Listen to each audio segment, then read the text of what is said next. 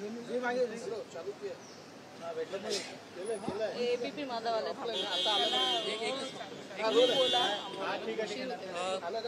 ताई साहेबांची तब्येत 3-4 दिवसांपासून डाऊन आहे. त्यांना दौरे देखील रद्द केल्याची माहिती समजते. काल राष्ट्रवादी अजित पवारांचा देखील फोन आला, अशा पद्धतीची एक माहिती माध्यमांमध्ये चर्चेत होते. काय नाही, याची मला माहिती नाही, कारण का मी प्रजासत्ताक दिनाच्या पक्षाचेही कार्यक्रम होते, त्याच्यानंतर मी चव्हाण सेंटरमध्येही गेले होते, त्याच्यामुळे मला घरी कोणाचे फोन आले ह्याची फारशी काय माहिती नाही. पण तुमच्या सगळ्यांच्या आशीर्वादाने, प्रेमाने आणि शुभेच्छाने आज कालच्यापेक्षा त्यांची तब्येत आज खूप बरी आहे. डॉक्टरनी त्यांना 3-4 दिवस आराम करायला सांगितलं आहे. त्यांना घरी राहणं हे फारसं काही प्रिय नसतं आणि मला उद्धवजी अनेक वेळा चिडवतात की तुम्ही घरी त्यांना फारच त्रास देता म्हणून ते सारखे दौरे करतात. कालच उद्धवजींचा फोन आला होता आणि त्यांनी मला सांगितलं आता त्यांना 4 दिवस घरात कंपल्सरी ठेवाच बांधून आता. त्याच्यामुळे he is much better. Doctors closely monitor करतात. त्यांना चेस्ट कंजेशन आणि खोकला झालेला आहे, तरी ते दौरे करत होते. आता 3-4 दिवस मुंबईत घरी काल टेस्टची आम्ही केल्या. तुमच्या सगळ्यांच्या शुभेच्छा इज मच बेटर. थँक्यू. तुम्ही आता म्हणाला की उद्धव ठाकरे साहेबांचा फोन आला होता, यांच्या व्यतिरिक्त कोणत्या नेत्यांचा फोन आला? नाही, मी असल्या गोष्टी सांगत नाही बाय. These are personal moments. त्याच्यामुळे खूप लोकांच्या प्रेमाने ज्या शुभेच्छा द्यायला फोन असतात आणि खरं आम्ही कोणाला सांगितलं नव्हतं. ते दौरे कॅन्सल झाले म्हणून सगळ्यांना बाहेर खरं तर कळण्यात आलं. 3-4 दिवस लोकांनी ज्या शुभेच्छा दिल्या त्याबद्दल मी अतिशय मनापासून सगळ्यांचे आभार.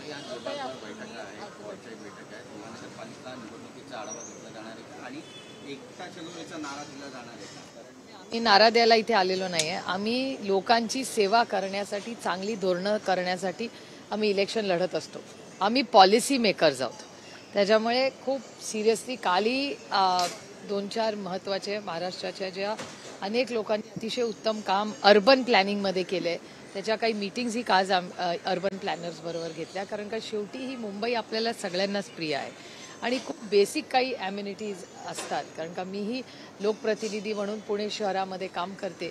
तुमच्या अनेक चॅनल्सवर गेले 2-3 दिवस पुण्याच्या पाण्याच्या परिस्थितीवर खूप चिंताजनक अशा जी माहिती येते, कारण आम्हाला ती माहिती होती, आम्ही कधी ती बाहेर बोलत नव्हतो कारण लोक पॅनिक होतात. मग पण ज्या पद्धतीने पुणे शहर असेल, मुंबई तर वाढलेलीच आहे, बखाल शहरं होत आहेत आणि त्यातून पाणी, कचरा, ट्रॅफिक.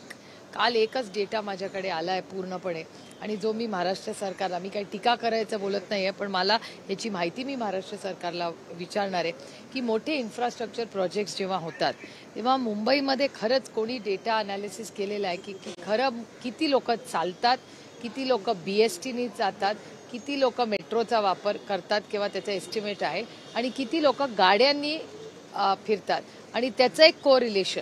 मी इन्फ्रास्ट्रक्चरच्या विरोधात अजिबात नाही. मी पूर्णपणे इन्फ्रास्ट्रक्चरला सपोर्ट करणारी आहे, पण ॲट द सेम टाईम कुठल्या निधी कुठल्या इन्फ्रास्ट्रक्चरमध्ये टाकायचा याचा आढावा कधी या सरकारने घेतलेला आहे. कधी रेल्वेमध्ये, म्हणजे आता बजेट येतं आहे केंद्र सरकारचं, अश्विनी वैष्णवांना आम्ही सगळ्यांनी विनंती केली आहे की मुंबईची जी रेल्वे आहे, लोकल ट्रेननी लाखो नाही करोडो लोक त्यांनी फिरतात, त्याच्या इन्फ्रास्ट्रक्चरसाठी तुम्ही रोड इन्फ्रास्ट्रक्चर मेट्रोसाठी एवढे पैसे देता, पण मुंबई सबअर्बनसाठी त्याच्यावर होणारे ॲक्सिडेंट्स, त्याच्यावर होणारी गैरसोय, याच्यासाठी केंद्र सरकारने ठोस काहीतरी निधी ह्या केंद्राच्या बजेट जो 1 तारखेला आहे त्याच्यामध्ये द्यावा अशी विनंती आम्ही अश्विनी वैष्णवांकडे दिलेली.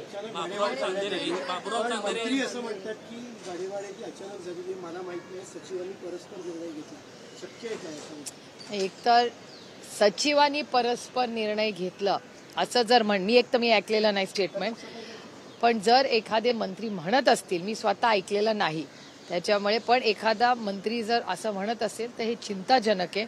मी जरूर याची माहिती मी मंत्र्यांनाच फोन करून माहिती घेईन की बाबा असं तुमचं काही स्टेटमेंट आहे का, आणि असेल तर अतिशय चिंताजनक आहे.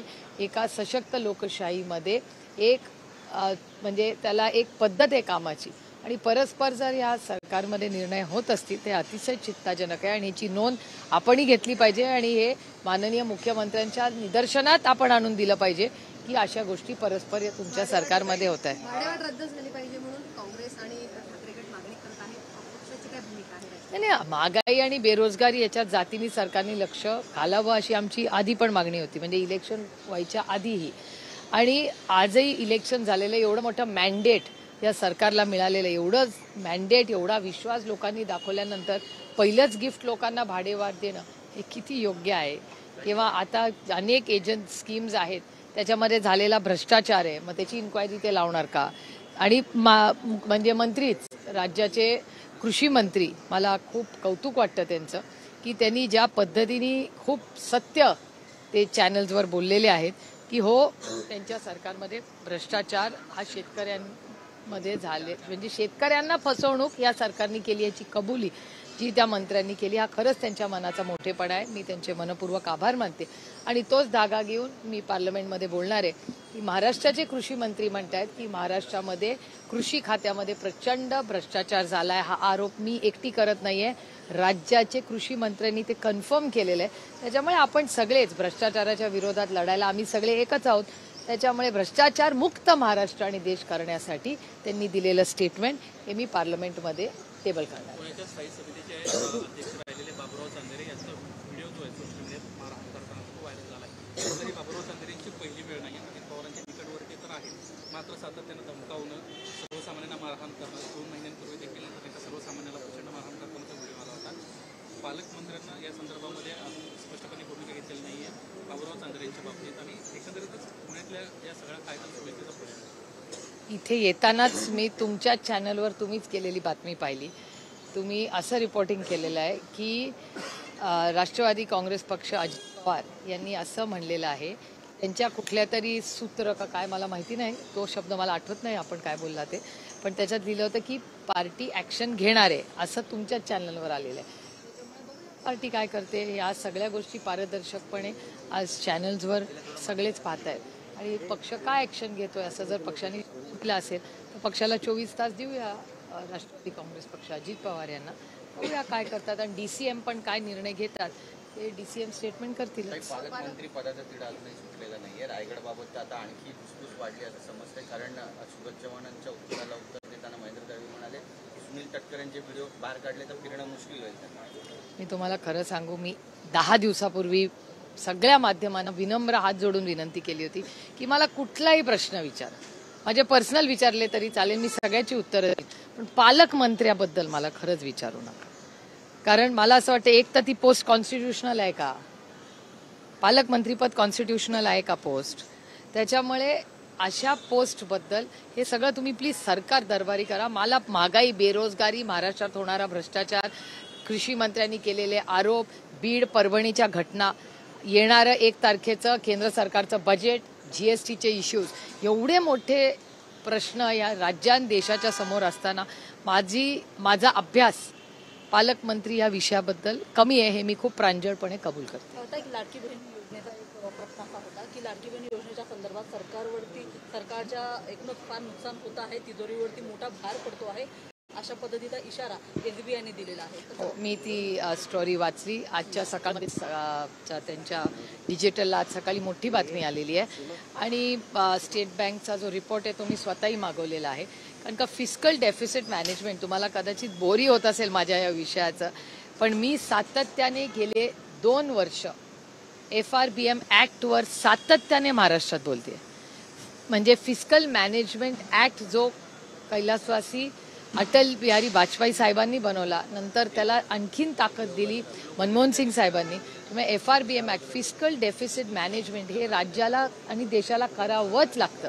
आणि याच्यामध्ये ज्या पद्धतीने हे जे फायनान्शियल मॅनेजमेंट आहे, परवाच्या दिवशी माननीय पृथ्वीराज बाबांचं पण एक स्टेटमेंट आलेलं आहे की या सगळ्या स्कीम्स, त्याचं इम्प्लिमेंटेशन आणि फिस्कल डेफिसिट मॅनेजमेंटवर एक श्वेतपत्रिका महाराष्ट्र सरकारने काढावी अशी जी मागणी पृथ्वीराज बाबांनी परवाच केलेली आहे.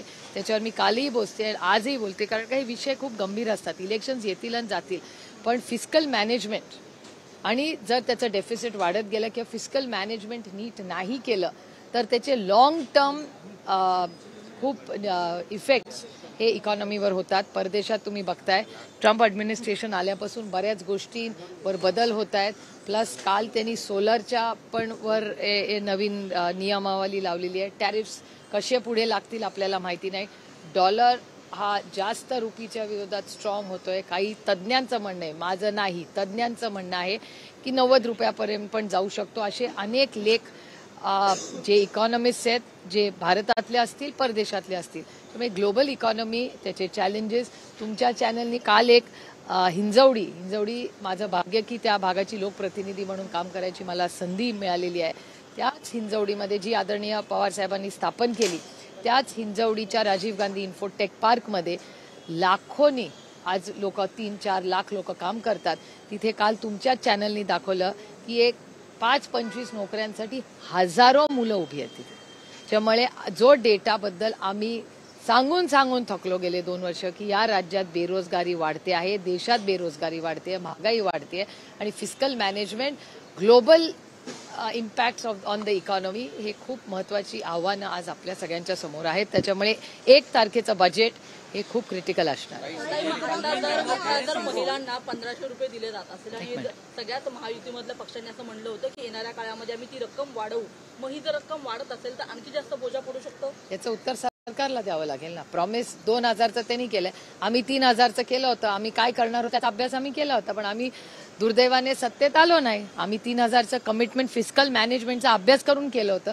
कारण का तुम्हाला माहिती आहे, माननीय जयंत पाटील अनेक वर्ष अतिशय उत्तम असे अर्थमंत्री राज्याचे राहिलेत आणि तो सोनेरी काळ होता महाराष्ट्राचा, ज्यावेळीच जयंतराव महाराष्ट्राचे अर्थमंत्री होते. आता केंद्राची परिस्थिती आणि राज्याची परिस्थिती ही थोडीशी वेगळी आहे असा डेटा सांगतो आणि पृथ्वीराज बाबांनी जी मागणी केली आहे तर तीच पुढे न्यावी आणि एक पारदर्शकपणे श्वेतपत्रिका या सगळ्याची काढावी अशी आमची विनंती आहे. आणि SBIचा जो रिपोर्ट आलाय तोही महाराष्ट्र सरकारने बघितलाच असेल. मी स्वतःच तो वाचून आले आणि डिटेल रिपोर्टही मागवलाय. तो आज संध्याकाळपर्यंत माझ्याकडे येईल. सरकारचं म्हणणं आहे की 5 वर्षामध्ये आम्ही कधीही पैसे वाढवून देऊ, लगेचच सरकार आल्या आम्ही पैसे वाढवून देऊ असं कधीही म्हटलं नव्हतं. त्यामुळे आम्ही कधीही पैसे महाचुनावी जुमला आणखीन एक झाला ना. ते काय म्हणले होते की आम्ही सरकारमध्ये आल्यावर 2100 रुपये करू. आणि माननीय देवेंद्रजी जे आज राज्याचे मुख्यमंत्री आहेत, एवढं मोठं मॅन्डेट त्यांना या राज्याने दिलंय, ते म्हणले होते आम्ही 7-12 कोरा करू. मग दुधाचा भाव असेल, सोयाबीनला ते भाव देणार होते. सोयाबीन, कपास, दूध, कांदा या सगळ्यामध्ये शेतकऱ्यांची सरसकट कर्जमाफी करू हा शब्द त्यांनी दिला होता. 2100 रुपयेचा शब्द दिला होता, पीक विम्याचा दिला होता, हे सगळे शब्द आणि भ्रष्टाचार मुक्त हाही दिला होता. बजेटमध्ये प्रोव्हिजन करावी लागेल असं म्हणतात. आपली योजना जर लागू केली तेव्हा बजेटमध्ये प्रोव्हिजन न करता DPDCतला निधी त्यांनी वापरला होता. 3% हे प्रश्न तुम्ही मला नाही विचारायला पाहिजे. जे सत्तेमध्ये मंत्रालयात बसलेत ना त्यांचे हे प्रश्न आहेत, माझे प्रश्न नाही. याची उत्तरं त्यांना द्यावी लागतील. हे सगळे प्रश्न आम्ही विचारत होतो 2 वर्ष. तुमच्या सहकार्याने आम्ही ते बाहेरही बोलू शकलो. तुमच्या मदतीने ते सगळ्यांच्या मतदारांपर्यंत आम्ही हा प्रश्न वारंवार विचारलेले. त्याच्यामुळे हे जे प्रश्न तुम्ही मला विचारताय हे तुम्ही मंत्रालयाला जाऊन विचारले पाहिजे. सैफ अली खान प्रकरणामध्ये योग्य तपास झाला की कारण पोलिसांच्या तपासाचा जो फटका आहे तो संशयित आरोपींना पण बसलेला आहे. अनेकांनी स्टेटस ठेवले की आम्हाला आता न्याय द्या, कारण त्यांची लग्न मोडलेली आहेत. काय नक्की कळत नाहीये की तो म्हणजे ती माहिती काय आहे ही मला वाटतं पोलीस स्टेशन किंवा पोलिसांकडूनच कळेल की नक्की काय त्या केसमध्ये झालेलं आहे किंवा कुणाला अटक झाली आहे. पण त्या फोटो जे तुमच्या चॅनलवर सगळे पाहिले ना, त्या फोटोमध्ये तो माणूस वेगळाच वाटत होता. पण मी काय त्यातली तज्ज्ञ नसल्यामुळे मी काय फार काय बोलले नाही. पण मी फक्त 1-2 लोकांना विचारलं की बाबा हा तोच माणूस आहे ना, कारण का चुकीचं काही होऊ नये.